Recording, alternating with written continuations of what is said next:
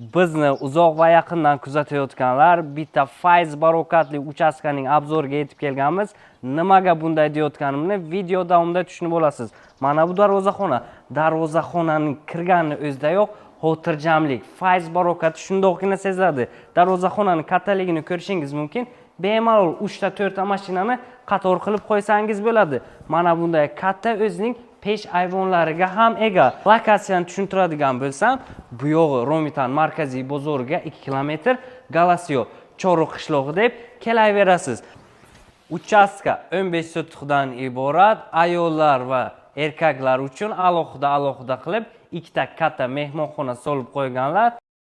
Общий hisobda 4 ta yotoqxona, 3 ta sanuzel va bitta katta oshxonasiga ega. Hayvon boqishni yoqtiradiganlar uchun alohida molxonasi ham bor. Qisqa qilib aytganda, kirib yashashga tayyor holatda mana bunday video kameralari, Wi-Fi'lar o'tkazib qo'yilgan. Tok pastlanishidan umuman xavotir olmasangiz bo'ladi. Sababi 3 fazalik toklar tortib qo'yilgan. Aniq narxiga arziydi.